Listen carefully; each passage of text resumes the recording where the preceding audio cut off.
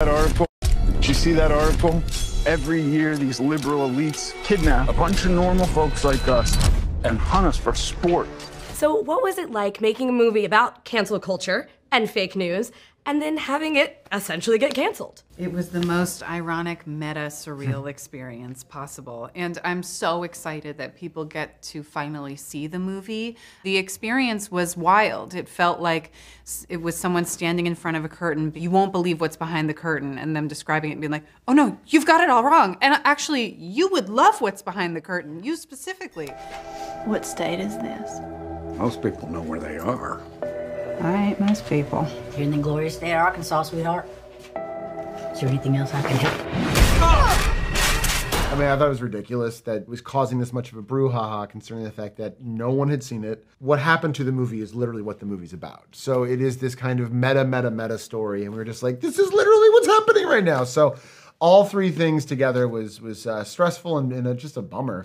Once something gets misunderstood, you are forced on a defensive footing. And you have to say, no, you've got it all wrong. But the more you talk, the more you realize this is not really the appropriate time to be having this conversation. Mm-hmm. And so the only disappointing thing to me that unfolded was the idea that the movie was canceled. That's a very specific word. It's fine if you see the movie and don't like it, but if you don't see the movie and don't like it or don't talk about it, that's, as the producer, as a creator, as an artist involved with the movie, it's obviously very frustrating. That's where art dies, when people make judgments on the thing, when they see a trailer or they read an announcement and they're like, I already know what this is about. You're just like, what are we doing here? You wanted it to be real, so you decided it was.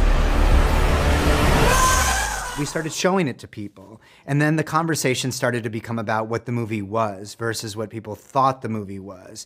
And then everyone kind of says, I was surprised at the movie not being at all what I thought it was. This movie is not provocative, it's not dangerous, it's actually funny. I laughed at myself, and I had a really, really good time. Yes, it's violent, but it's kind of absurdist.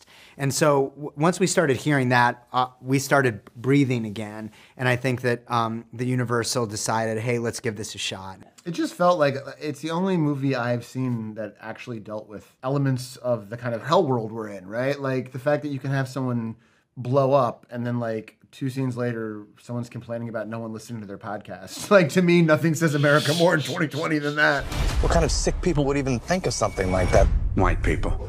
We're the worst. Another thing that our movie is about is how the internet can just sort of run with one little sentence and explode and pour gasoline on it. And it was tempting to, but I didn't want to contribute to that. You know, when the controversy first happened, my instinct was to, yes, grab the internet by the collar and say, you've got it all wrong, but then I would be just another screaming voice in the void. In the current environment, there's kind of extremely loud voices on the right and the left. These are fringe groups, but they're very loud, they're very vocal, and they do a lot of screaming. And I don't think that's very productive for society or for democracy or for the United States. And the movie pokes fun at that. I'm playing an Arab refugee, but I identify as white. I think that's problematic too, in some way. Was there anything about it that made you nervous ever before this all kind of craziness happened? No, I think that probably I've got all this other capacity and all this other weird stuff that I want to do, and